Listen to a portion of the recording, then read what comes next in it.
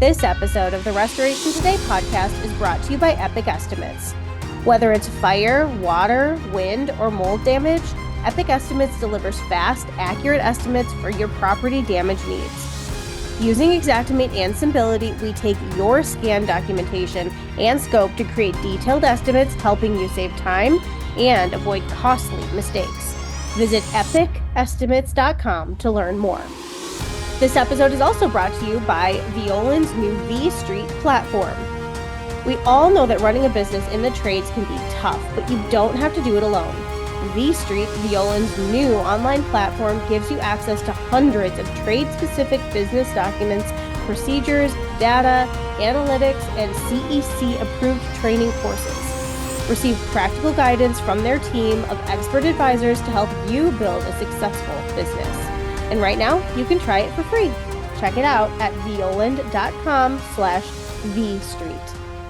Hello, restorers. Welcome to this fresh episode of the Restoration Today podcast. I appreciate you joining us here for a great conversation. We have somebody from ATI, but he also had a restoration company that was sold to ATI. We'll kind of get into that in a little bit, but I'm joined by somebody today where we're talking about the passion to serve and what that's like in the restoration industry. True restorers really have this passion to serve their community and serve their teams and people around them as much as possible.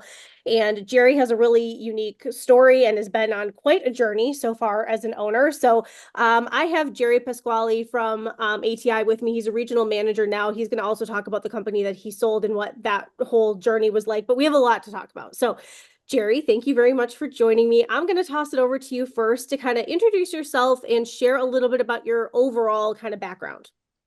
My name is Gerardo Pasquale. I go by Jerry. I started doing construction work when I was a younger age in Pittsburgh, PA. I went to the military for 4 years, and I came out. I actually still worked for my family's business until 1990. And then 93, my wife and my daughter and I at the time came out to Las Vegas and started with no job and $3,000 in the bank. And we got hired. I got hired the second week from a great company called Durango Construction. Dennis Smith and Elaine Smith, they were my mentors.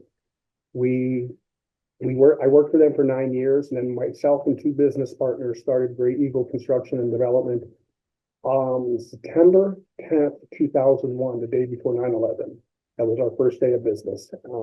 We have employees that were with us from that point. We had 4 employees. We still have 2 of them with us today.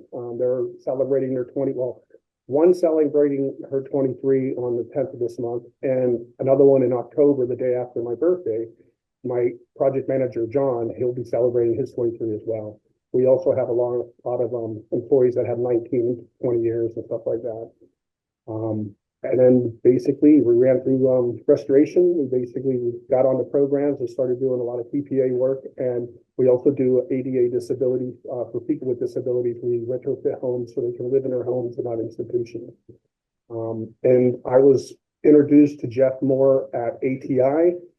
It was, I believe, 3 years prior to us dating, we called it, dating, Yep. dating is basically the due diligence and all that. Yep. And Bill, my business partner, Bill, and I at the time, we basically went through the due diligence for about almost a year with him, and then we were bought. That's in a nutshell. So that was a great nutshell. That was a lot in a nutshell. So what are some of the things that you have found mixed well from being a veteran and then moving into restoration? What are some of the things that you have found in the restoration industry that are really maybe satisfying coming from being in the military? Just being disciplined, making sure we can be the first responders and be able to jump on something and have enough of your team has to be a 24-hour team. There are some that don't want to be the 24-hour people, but they still do. We still need them, but we have to understand that we're a 24-hour company. And we need to have a fast response. And the first responders basically is where it needs to be at. So that's how I look at it. And I got a lot of that discipline from my father, but I got a lot more when I was in the military, especially, you have to follow A to Z regardless. Yes. There's definite processes and you better follow them. Okay. So what is the Vegas market like? Is it I mean, I think of Vegas, I'm like, that would be an interesting place to work, but I'm also curious if you're like, it's not that much different than anywhere else, Michelle. What's it like being in Vegas? Um, I've been here since 1993, 30 some years actually. It started out, it was a mom and pop thing at first. I mean, we had a lot of companies that became companies, restoration companies from working for a restoration company. So we had a lot of that happening.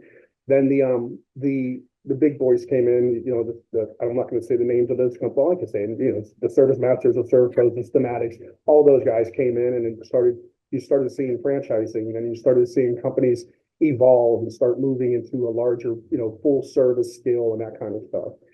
Today, you've got a lot of competition in the insurance restoration work Yes. because it really changed. When we went through the recession, a lot of home builders became insurance restoration companies or vice versa or something like that. And a lot of plumbers also got involved. So it's a lot. I mean, and the thing is the professionalism is what you need to have. And that's one of the main reasons why we were a family ran business almost with Gray Eagle. And then with ATI, they're the largest national restoration family owned business, the Moore family. And they have the core values that Bill and I had with our other partner. And we basically enjoy that, that kind of, thing. But that with the market today out here, you have to be on top of it and you have to be able to respond. Okay, so maybe that might partially answer my next question, but what kind of led you down the path of knowing that maybe you were going to sell or look to another company to kind of be underneath? The market is consolidating. The restoration industry, which you've hinted to, has been through a lot. There's been a lot of changes. So when did you start thinking, maybe now is the time to make some changes? My business partner, he retired about 11 years now ago, and he moved back in Midwest, and he was basically like a silent partner. A lot of responsibilities that were happening that we were taking them and so forth. I just got to the point where I was looking at a graph and stuff on figuring out, okay, if we're going to be part of this insurance restoration, we want to get into a company that's going to be able to take on, multiple offices and stuff like that. And that was one of the points. The other thing is, I'm not close to retirement, but for having a company for 22, 23 years, it was time for me to expand and, spread my wings elsewhere and see where it goes. But I'm going to stay aboard with ATI as long as I can, as long as they want me. So, but it was about 3 years, and I had a little episode in my life that basically made me open my eyes about living life. Okay. So what was the transition like for you going from being kind of an independent owner with Gray Eagle to going under a bigger company, ATI? Obviously, they are family owned and everybody knows the Moores at this point. But what was the kind of that process and transition like for you and your team? I'm sorry, say that. Could you repeat that? Sorry. Sure, no problem. What was the transition like after ATI bought your company? What was the transition like from kind of being an independent, kind of on your own company with you and your partners and your team to coming under a bigger umbrella company? I will tell you, one thing ATI had done is they, when they started, we didn't make any changes in the beginning. We were flowing our way that we were doing it. We were running our legacy jobs. We were still setting up jobs in legacy. And I believe 2-3 months ago, we switched over to Salesforce, and the training is what really, it's there, but it also running in two different softwares, like we were on Dash and they were on Salesforce. It was almost double the work for the employees, and some of them, they got a little bit overwhelmed, but then it's like drinking out of a fire hose. But ATI was using a funnel, and it was helping us a lot. We're about, I would say, 80%, not maybe I would say 85% transitioned. We have a couple more things that's going to happen down the pike. So, but going through it was a shock to people, knowing, oh my, what's gonna happen to my job? What's going to do that? And the way that ATI running, I should say, is very close to the way that Gray Eagle ran. And it's just different because of the different software. And obviously, going to a company that has 3,000 employees, there's a lot more HR stuff that they have to follow because it's not, we were under 50 employees, they're over 3,000. So you have to look at that. And a lot of times people are like, wow, you're stepping into corporate. Well, you are, but you're also stepping into a company that cares. They even have ATI cares for a reason. So Yes. hope that answered the question. It did. So I'm curious, so we do our state of the industry study, and one of the topics that we covered this year was burnout and staying motivated. And this is an industry that just kind of breeds burnout, and people get tired, and it's hard to keep going, especially when there are hard jobs or hard situations. So what have you found key to keeping you and your team motivated and moving forward, and especially when things are emotionally and physically challenging? Yeah, that's a good question, because that was something that we were worried about. We do have a lot of burnout happening, but we're also trying to eliminate that by making sure the positions that are doing what they're doing does the actual position that needs to be done. It sounds like you're tagging on a lot of stuff, but you're also sharing the responsibilities with other people that are going to be on part of that. So that does, we did see burnout. I mean, we did see some of that, and we didn't lose anybody over it. We did restructure a little bit when we found out, some of the things that we need to do to be able to do this, but we really didn't lose too many employees because of it. But it was just something that you just got to, you got to, I don't want to say be the cheerleader, but you got to make sure that your team knows that, hey, this is going to be, this is going to be a little bit challenging, but let's get through the challenging part. And then, we will be rewarded in the end. And that's what we're still looking at. Yes.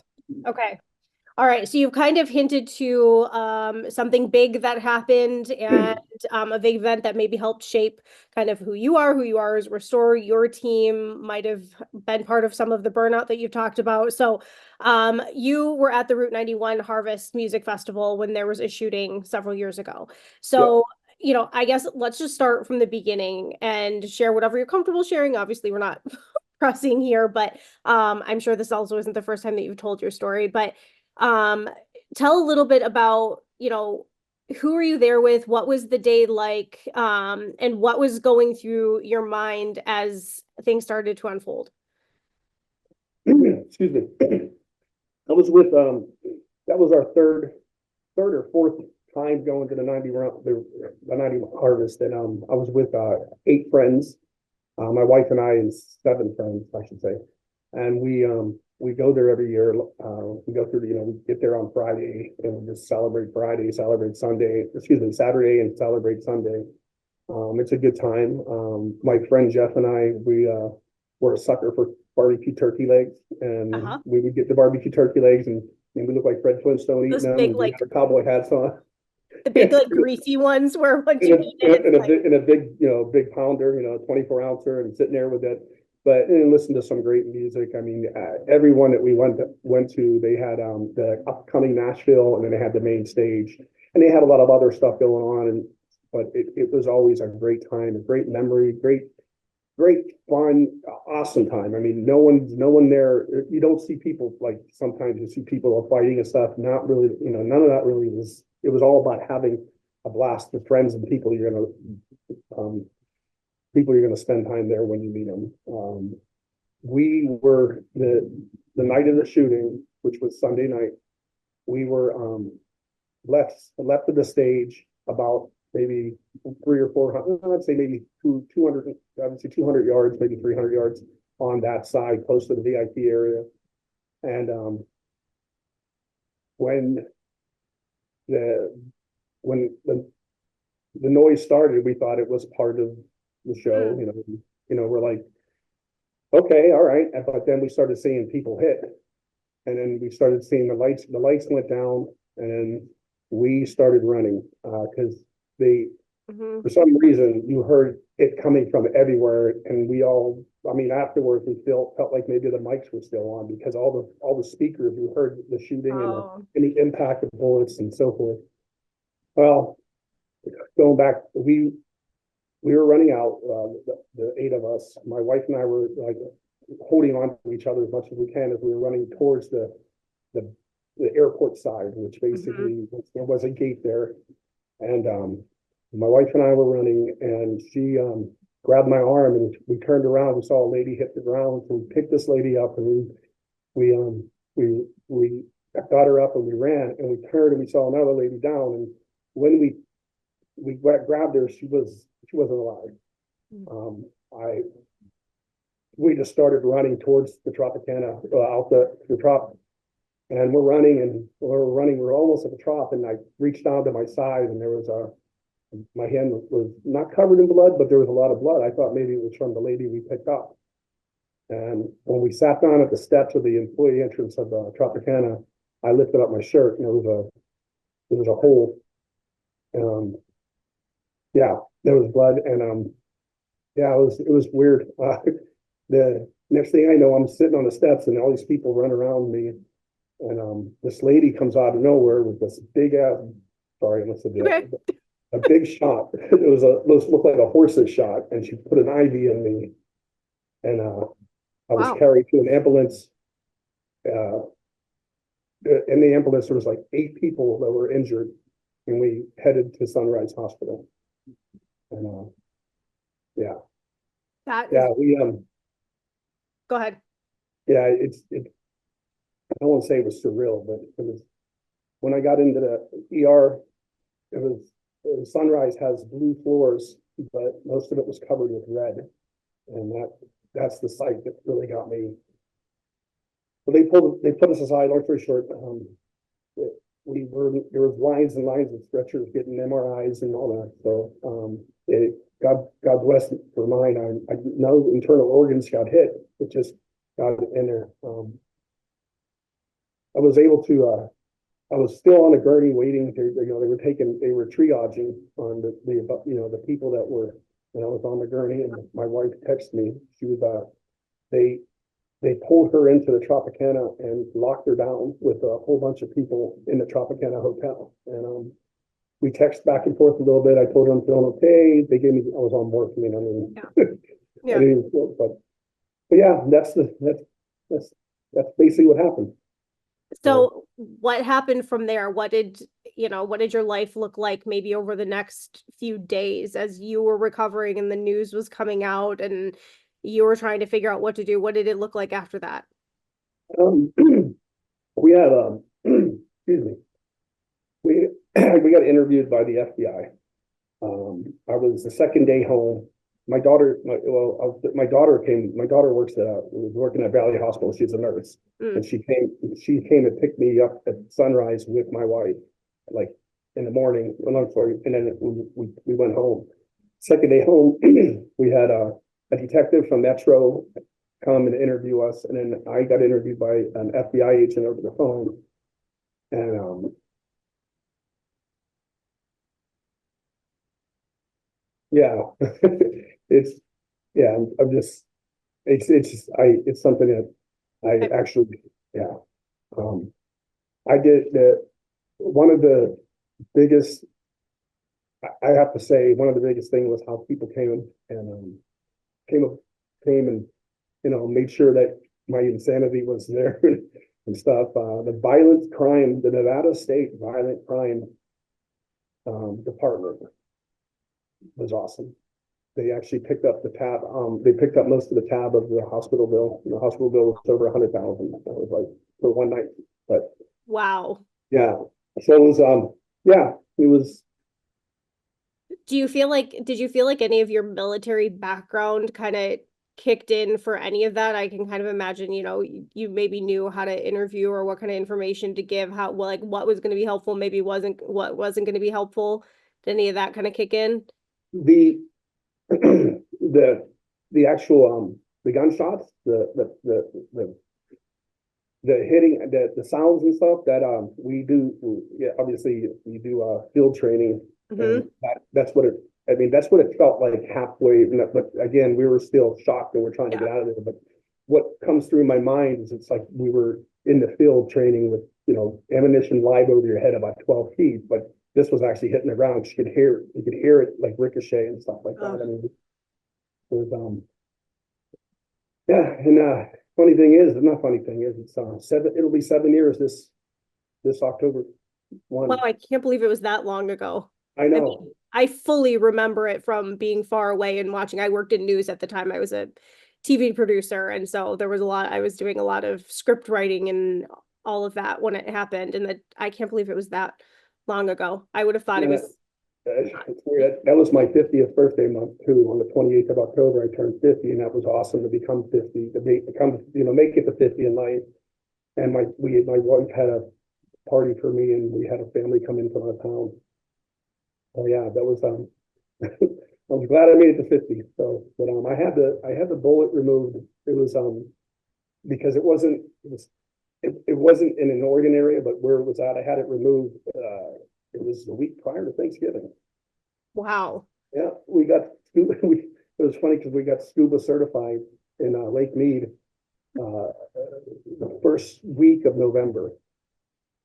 And I was like asking Curtis, the dive master, I said, is this thing that when we get down and we get down on water, is this going to compress or anything? He's like, no, you're going to be fine. So, but yeah. That's a good question. Like, is it Yeah. going to move on me? Yeah. Yeah, is this going to come out or is it going to, what's going to happen to it? But yeah, I got lucky. And I was going to say, I got lucky from where it was, but like I said, it was extracted out and, they obviously they you couldn't keep it, not that I want to keep it, but yeah, it was evidence, I guess. So. Yes.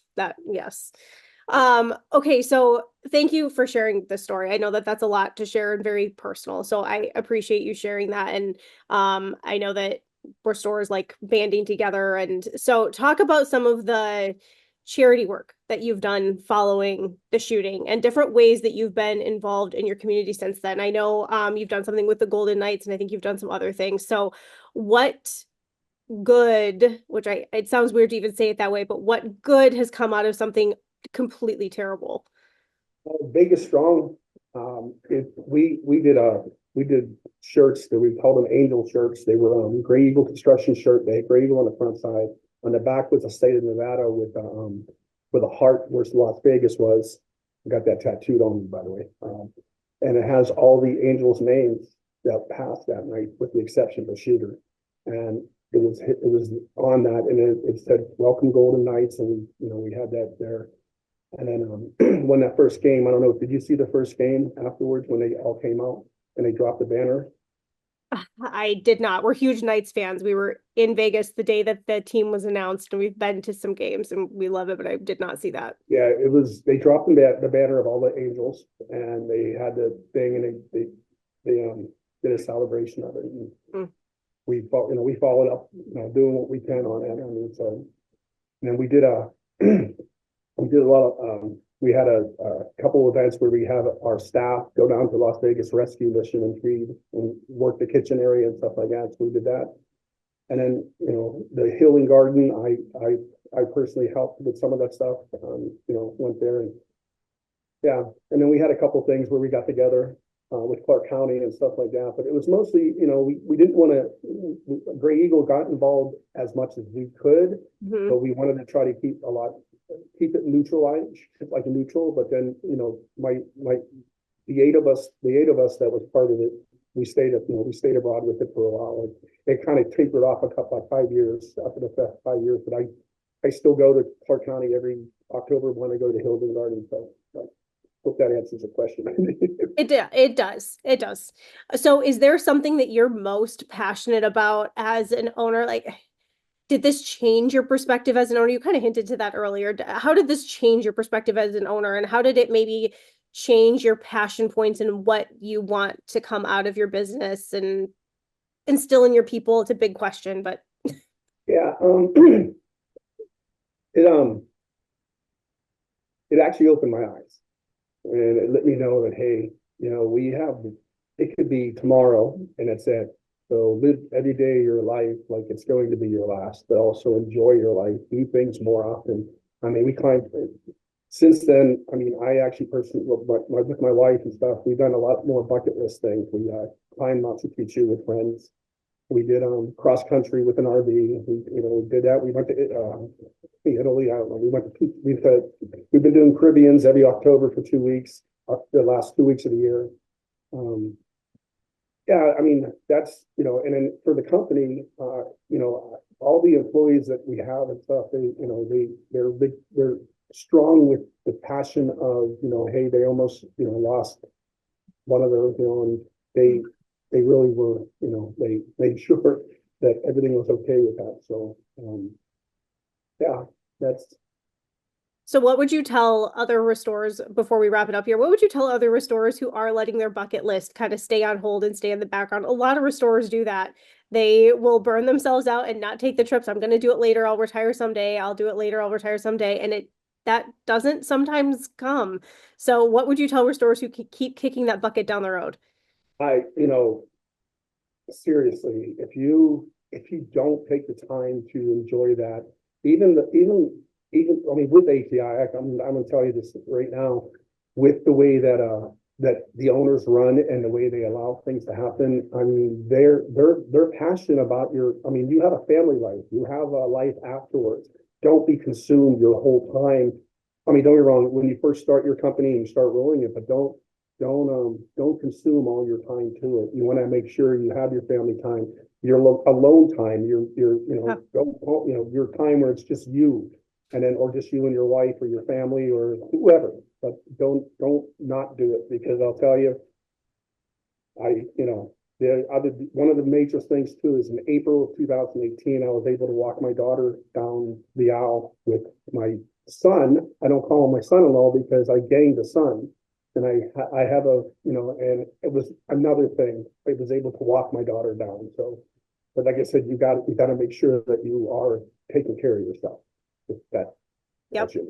That was a great answer. And I love that difference between son and son-in-law. I think that's a great distinction for people to make when their children get married, is that you are truly gaining a son or a daughter, and you don't have to have the in-law part. Absolutely.